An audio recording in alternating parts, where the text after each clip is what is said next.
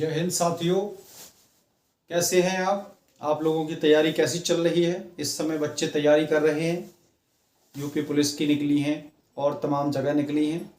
देखिए, इसी general studies के क्रम में हम हिस्ट्री का आज तीसरा सेशन है।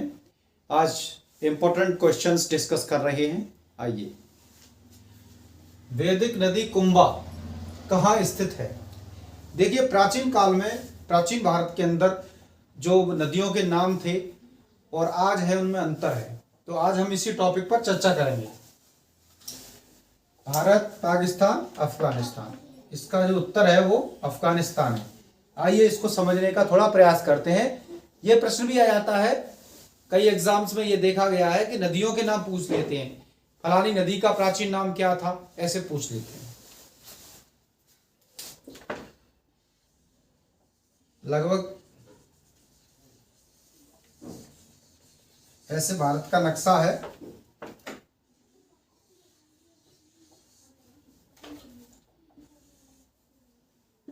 ये पाकिस्तान हो गया, ये अफगानिस्तान हो गया।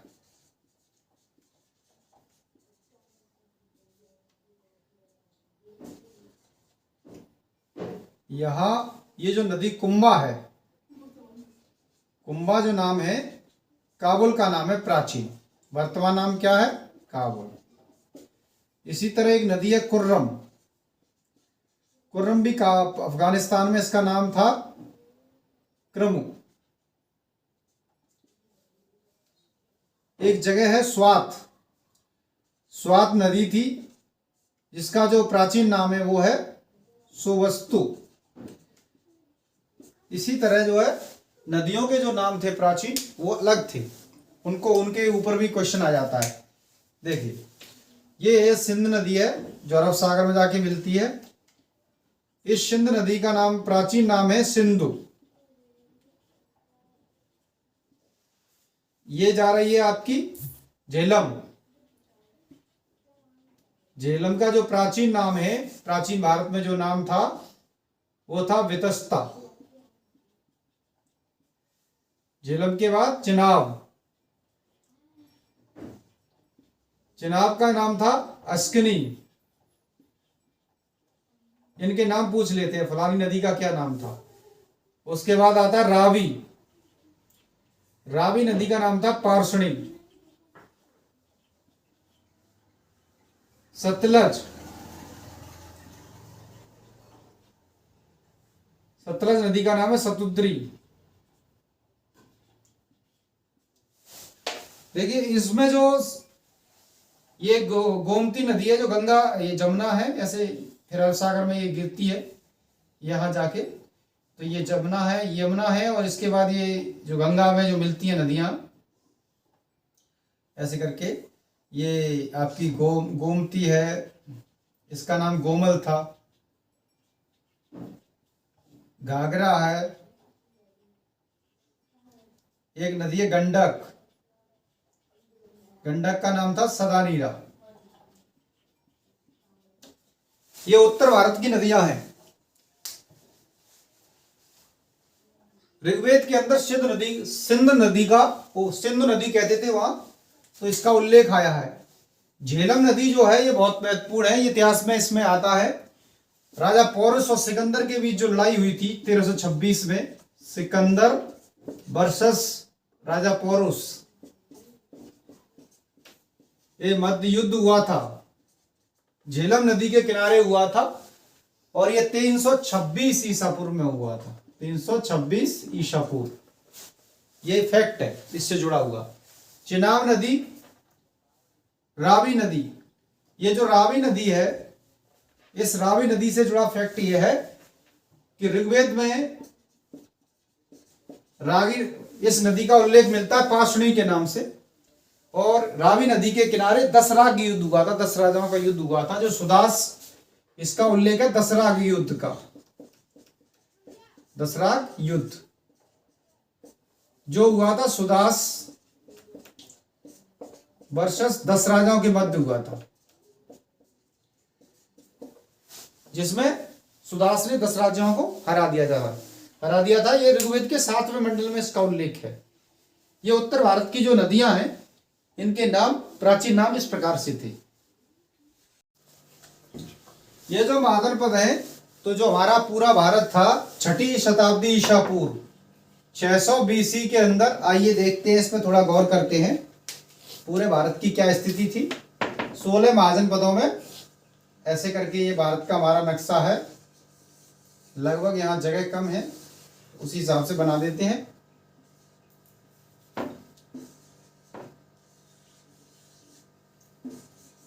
ये वर्तमान में पाकिस्तान है, ये अफगानिस्तान है। तो ये वाला जो दक्षिण भारत है, यहां से इसको हम दक्षिणापथ कहते थे उस समय। यहां ये चेरा राज्य था और यहां पर जो है पांड्य का था, और ये चोला राज्य था, चोलों का राज्य था। उत्तर भारत की बात करें तो ये उत्तर भारत है हमारा 16 महाजनपदों में बटा हुआ था। यहां पर गांधार, कंबोज,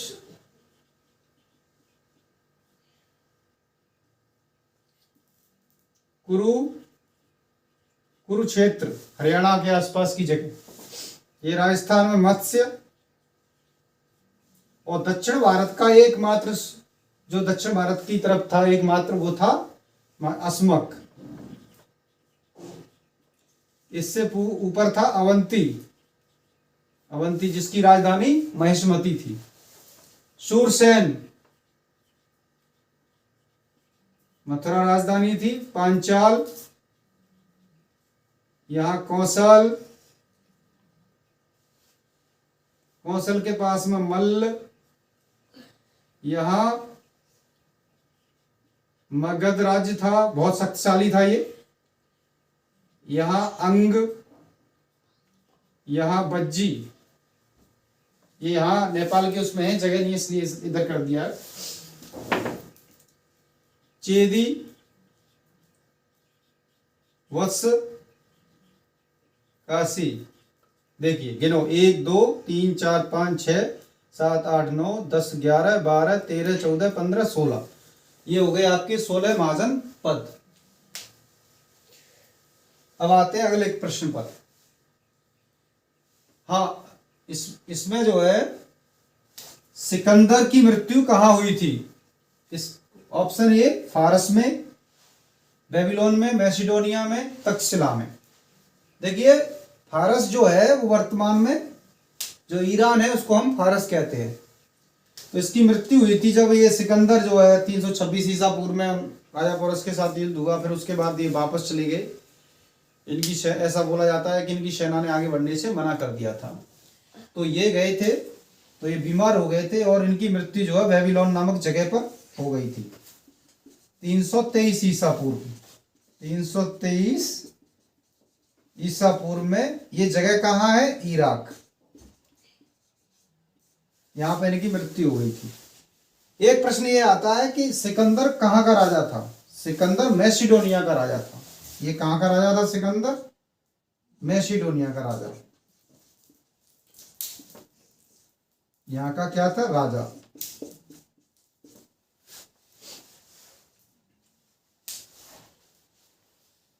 क्वेश्चन नंबर 28, कपिल मुनि द्वारा स्थापित दार्शनिक प्रणाली है।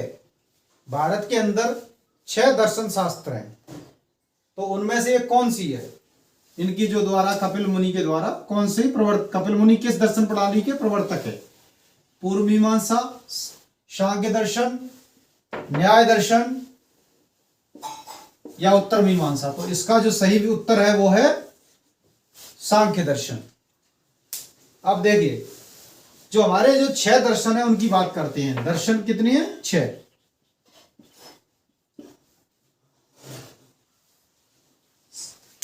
न्याय, सांख्य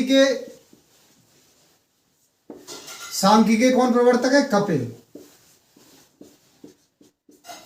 पूर्व मीमांसा के जैमिनी,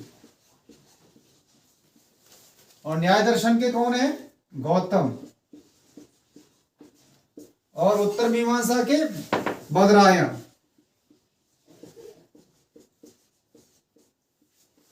इन्होंने एक ग्रंथ और लिखा है, ब्रह्मसूत्र के नाम से है।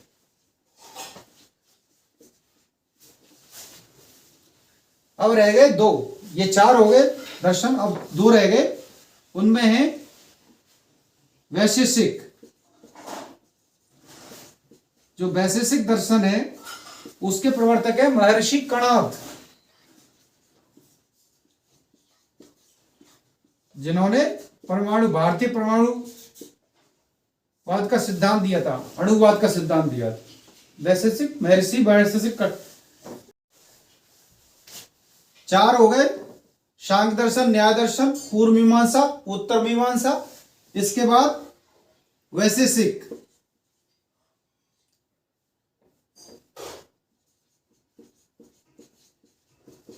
वैशेषिक के हैं कणाद, और योग दर्शन, योग के हैं पतंजलि। ये आपके छह दर्शन हो गए, छहों के प्रवर्तक हो गए। इनमें से क्वेश्चन जरूर आता है, या तो मिला के पूछ लेगा, इधर प्रवर्तक लिख दिए उधर दर्शन लिख दिए, ऐसे करके पूछ सकता है, या एक विप्रस्थानत्रयी 3 धर्म ग्रंथों का एक संग्रह जिसमें कौन नहीं है, भागवत, जो हम सप्ताह सुनते हैं गांव में, वैसे श्रीमद् भागवत कार्यक्रम होता है जिसमें कथा होती है। पर राजा परीक्षित को सुनाई थी भगवत गीता, भगवान कृष्ण ने अर्जुन को सुनाई थी महाभारत के युद्ध से पहले कुरुक्षेत्र में। ब्रह्मसूत्र, उपनिषद। तो इसमें जो है ऐसा कौन सा है जो इसमें सम्मिलित नहीं है, यानी ये 3 ऑप्शन सम्मिलित हैं। प्रश्न को समझना जरूरी है। तो इसका उत्तर है भागवत। भागवत इसमें सम्मिलित नहीं है। अगला प्रश्न देखते हैं, कर्म का सिद्धांत संबंधित है। कर्म का सिद्धांत संबंधित है न्याय से, वैशेषिक से, मीमांसा से, वेदांत से। तो इसका जो उत्तर है वो है मीमांसा। कर्म का सिद्धांत मीमांसा से संबंधित है। क्वेश्चन नंबर 31 किस वेद में जादू और वशीकरण का उल्लेख है? जादू, टोना, टोटका, वशीकरण, ये सारी चीजें जो है पहले से चली आ रही हूं। तो अथर्ववेद में इसका उल्लेख मिलता है। इसका उत्तर है अथर्ववेद। सामवेद संगीत से संबंधित है। इसमें सारी चीजें संगीत से संबंधित है। यजुर्वेद में यज्ञ कैसे करना है उसके नियम प्रावधान है, और धनुर्विद्या इसमें ही है। ऋग्वेद के अंदर आयुर्वेद आता है, और बहुत सारी चीजें हैं इसमें। जो चातुर्वर्ण व्यवस्था, जो 4 वर्णों की व्यवस्था है, ब्राह्मण, क्षत्रिय, वैश्य, शूद्र, जो इसके ऋग्वेद के 10वें मंडल में आता है, पुरुष सूक्त में, उसका उल्लेख है। और दशराग युद्ध का उल्लेख है इस ऋग्वेद के अंदर। ये सबसे प्राचीन वेद है। ऋग्वेद सबसे प्राचीन है, सबसे प्राचीन। उत्तर इसका होगा ये वाला। ऋग्वेद में अगण्य, मारने न योग्य शब्द का प्रयोग किसके लिए किया गया है? अगण्य का मतलब है जिसे मार नहीं सकते। तो किसके लिए किया गया? ब्राह्मण, स्त्री, पुरोहित, गाय। तो इसका सही ऑप्शन है गाय। अगण्य शब्द का प्रयोग ऋग्वेद के अंदर गाय के लिए किया गया है।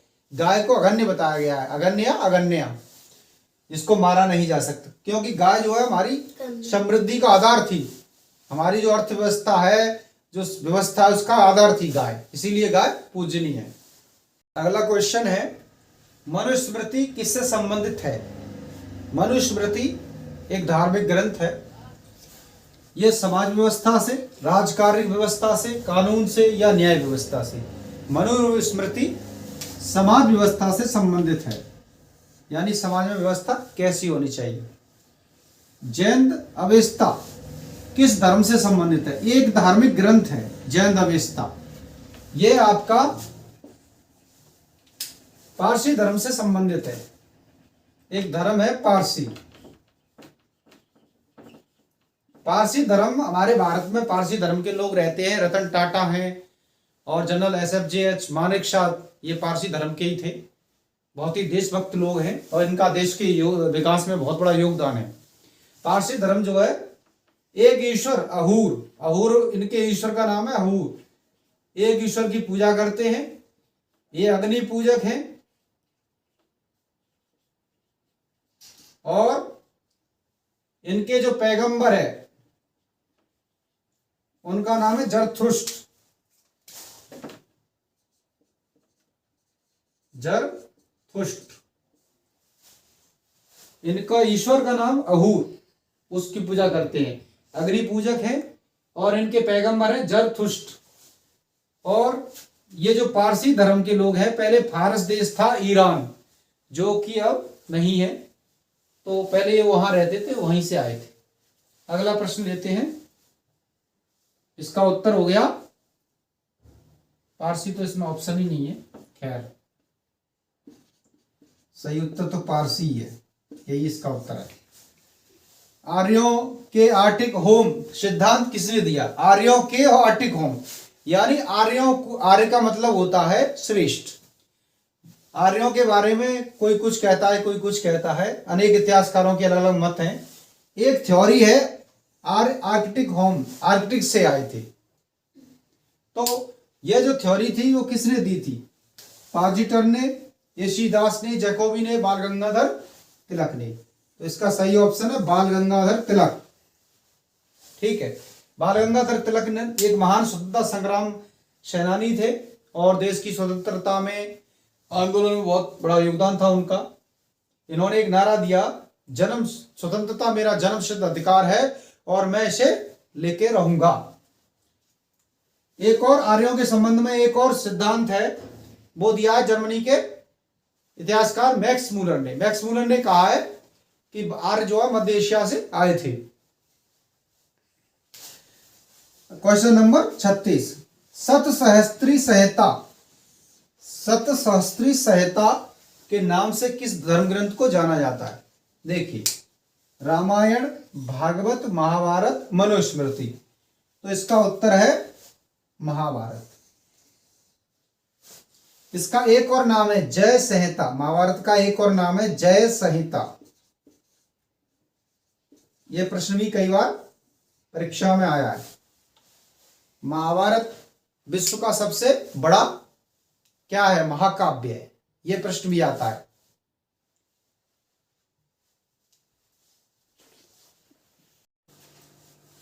क्वेश्चन नंबर 37, आइए देखते हैं। देखिए, एग्जाम में इस तरह से भी प्रश्न आते हैं, सूची दी होती है और उसको आपको दूसरे से मिलाना है। तो मिलाने के लिए वहां तो क्या है, ऑप्शन मिलेंगे, यहां पर हम लोग मिला के देखेंगे। ये महाजनपद हैं और ये राजधानियां हैं। महाजनपद क्या है? जैसे आज की डेट में जो राज्य है हमारे यहाँ, उसी तरह से जो 29 राज्य और जो है 7 केंद्र शासित प्रदेश है पहले, तो उसी तरीके से है। तो इसमें जैसे पूरा भारत जो हमारा जो है इस तरीके से बटा हुआ था। गांधार ये महाजनपद है, सूरसेन, वत्स, कौशल, इनकी ये राजधानियां दी हैं।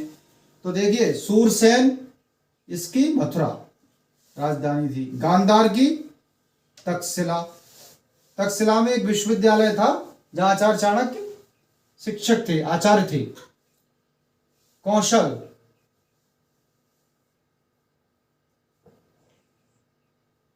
वत्स की, कौशल की, कौशल की होगी श्रावस्ती और वत्स की होगी 9। देखिए, इस प्रकार का प्रश्न आता है जिसमें सूची फर्स्ट सेकंड इससे मिलान करना होता है। वह आपको ऑप्शन मिलेंगे, सही मिलान का ऑप्शन होंगे, उसमें करना होगा। लेकिन हम यहाँ समझने के लिए कर रहे हैं। ये शासक हैं और ये वंश दिया है, कौन किस वंश से संबंधित है। बिम्बसार, बिम्बसार जो थे वो हर्यक वंश से संबंधित थे।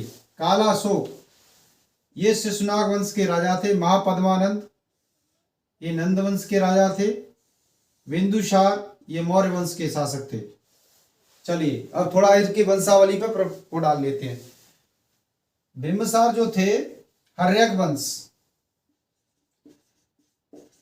मगध पर जो शासन रहा था हर्यक वंश, इसका रहा है 544 ईसा पूर्व से 412 ईसा पूर्व तक। हर्यक वंश में बिम्बसार हुए।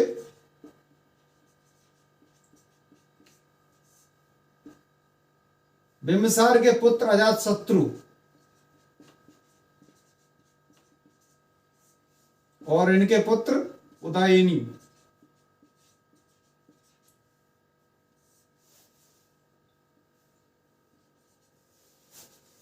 बिंबिसार की हत्या उसके ही पुत्र ने कर दी थी और अजातशत्रु ने, और अजातशत्रु की हत्या उसके पुत्र उदय ने कर दी थी। ये क्रम चला है इस वंश में। इसके बाद जो वंश आया मगध पर, शिशुनाग वंश का शासन आया। शिशुनाग वंश का रहा है 412 ईसा पूर्व से 344 ईसा पूर्व।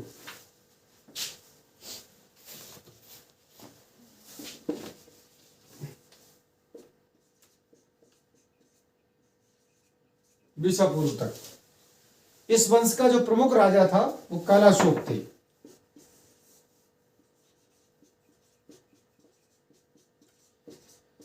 कालाशोक के समय में एक द्वितीय बौद्ध संगीति हुई थी। 4 बौद्ध संगीति हुई हैं, उनमें से द्वितीय जो हुई थी वो इनके समय में हुई थी 383 ईसा पूर्व में, जिसका जो अध्यक्ष था वो सावाकामी था और शासक जो थे वो कालाशोक थे और राजधानी वैशाली।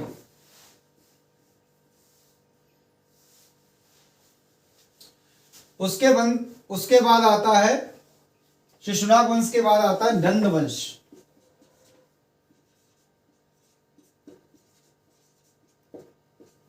नंद वंश की जो स्थापना की थी वो महापद्मानंद ने की थी।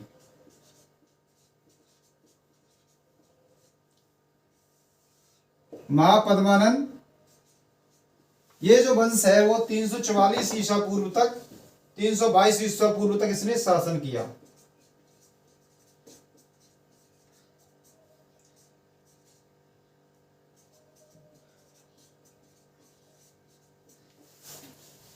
और इसका अंतिम शासक था धनानंद।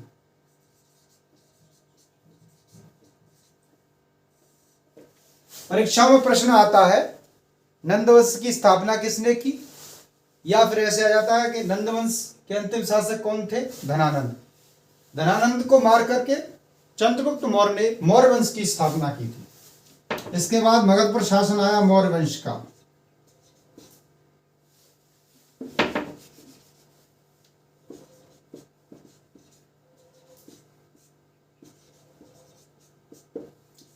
इस वंश का शासनकाल 322 ईसा पूर्व से 185 ईसा पूर्व तक रहा। इतने समय तक चंद्रगुप्त मौर्य ही वह राजा था जिसने समस्त भारत को एक राष्ट्रीय एकता में पिरोया और पूरे भारत को अखंड भारत बनाने में काम किया। आचार्य चाणक्य की मदद से, उनकी सहायता से, उनके मार्गदर्शन से चंद्रगुप्त मौर्य ने पूरे भारत को अखंड भारत बनाया था। चंद्रगुप्त मौर्य के बाद इनके पुत्र हुए बिंदुसार।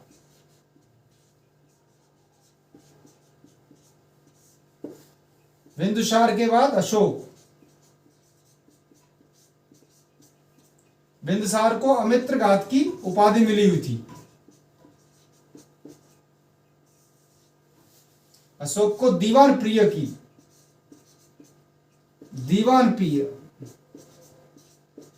की उपाधि मिली थी। अशोक तो महान सम्राट माना जाता है, कहा जाता है, और थे भी। और लेकिन चंद्रगुप्त मौर्य का जो योगदान है वो अतुलनीय है। इनके समय में एक भीषण युद्ध हुआ 261 ईसा पूर्व में,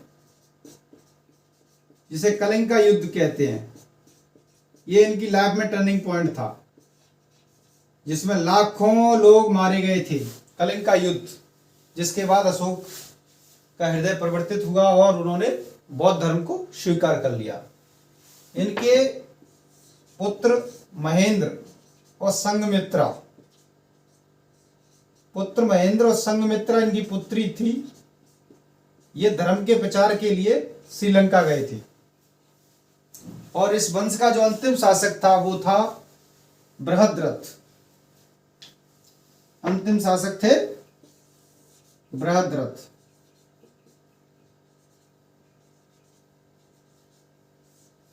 ये इसके लास्ट रूलर थे। बृहद्रथ की हत्या पुष्यमित्र शुंग ने कर दी थी। पुष्यमित्र मित्र शुंग जो थे वो बृहद्रथ के सेनापति थे।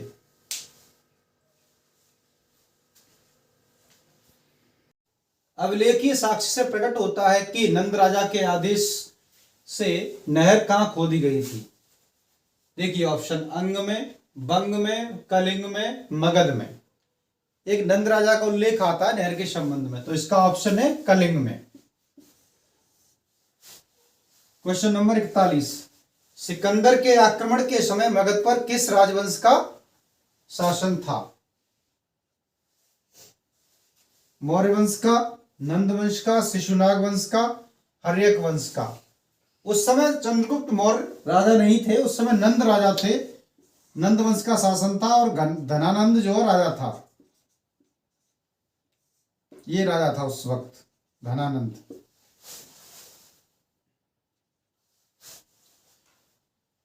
सिकंदर से लड़ाई हुई थी, सबसे पहले हुई थी जब झेलम नदी के किनारे 326 ईसा पूर्व में। उसका जिक्र पहले हो चुका है, राजा पौरुष के साथ। पौरुष या पुरु भी कहते हैं उसको, पौरुष भी कहते हैं। क्वेश्चन नंबर 42, ईसा पूर्व 6ठी शताब्दी में भारत का शक्तिशाली राज्य कौन सा था? राज्य या महाजनपद भी आ सकता है, किसी क्वेश्चन में राज्य लिखा हो, किसी जगह में महाजनपद भी लिखा हो सकता है। गांधार, कंबोज, काशी, मगध। तो इसका उत्तर है मगध। मगध उस समय जो है सबसे शक्तिशाली महाजनपद था या राज्य था। मत्स्य महाजनपद स्थित था, यानी जो मत्स्य महाजनपद था वो कहां पे था, उसकी लोकेशन क्या है वर्तमान में? पश्चिमी उत्तर प्रदेश, राजस्थान, बिहार, नेपाल। तो इसका उत्तर है राजस्थान। ये जयपुर के आसपास की जगह थी, वो जो राज्य था उसको बोलते हैं मत्स्य महाजनपद, वहां था, उस जगह पे था।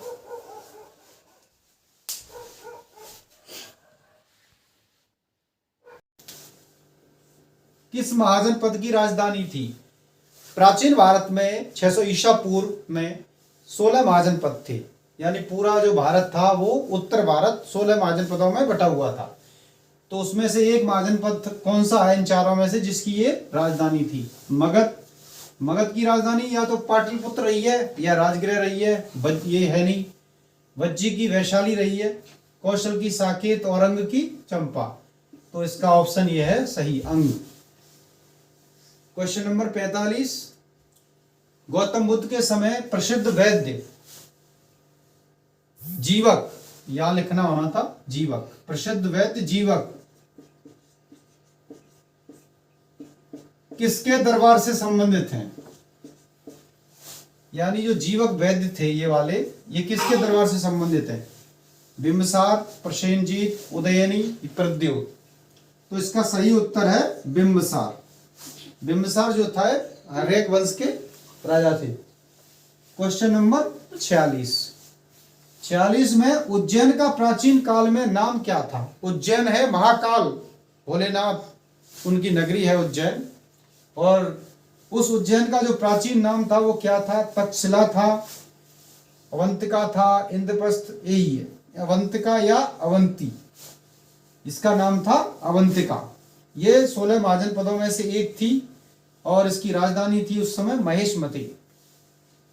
कालपी नगर किस नदी के तट पर स्थित है? कालपी नगर जो है वो यमुना नदी के तट पर स्थित है और ये उत्तर प्रदेश के जालौन जिले में स्थित है। ईसा पूर्व 6ठी शताब्दी में विश्व का प्रथम गणतंत्रात्मक राज्य की राजधानी, यानी 600 ईसा पूर्व में भारत जो था उसमें एक ऐसा राज्य था, एक महाजनपद था जो गणतंत्रात्मक था। तो उसकी जो राजधानी है वो कौन सी है? एथेंस। विश्व का पूछ रहा है इसमें, वैशाली, एथेंस, पाटलिपुत्र, स्पार्टा। तो इसका उत्तर है वैशाली। और ये किस राज्य की राजधानी थी? ये थी बज्जी महाजनपद की राजधानी थी।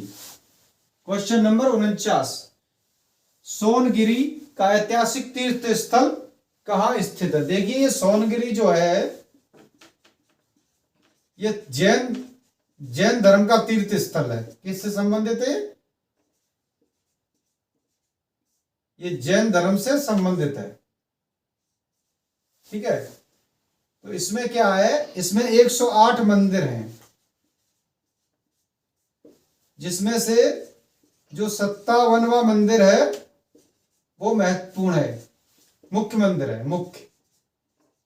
वैसे तो 108 है, लेकिन जो 57वां मंदिर है वो मुख्य है। और ये जो सोनगिरी जगह है ये कहाँ पड़ती है, ये मध्य प्रदेश के दतिया जिले में पड़ती है, मध्य प्रदेश के दतिया जिले में। दतिया में पीताम्बरा मैया का भी मंदिर है। इसका ऑप्शन भरिए मध्य प्रदेश। जैन धर्म तथा बौद्ध धर्म दोनों ही विश्वास करते हैं। ये 4 ऑप्शन है, इनमें से कोई एक ऐसा ऑप्शन है जिसमें दोनों धर्म एक मत हैं। कर्म तथा पुनर्जन्म का सिद्धांत, मृत्यु के बाद मोक्ष का सिद्धांत, इसको तो वे मानते ही नहीं है। स्त्री तथा पुरुष दोनों ही मोक्ष प्राप्त कर सकते हैं, जीवन में मध्यम मार्ग श्रेष्ठ है। ये तो बौद्ध धर्म का है ही, लेकिन इसका जो उत्तर है वो ये सही उत्तर ये है, कर्म तथा पुनर्जन्म का सिद्धांत। बौद्ध धर्म और जैन धर्म में कुछ समानताएं हैं, जैसे कर्म तथा पुनर्जन्म का सिद्धांत, वेदों को प्रमाण न मानना, ब्राह्मणों की जो वरिष्ठता है या उसको न मानना, ये चीजें जो है कर्मकांड, इनको न मानना, ये इसमें समानताएं हैं।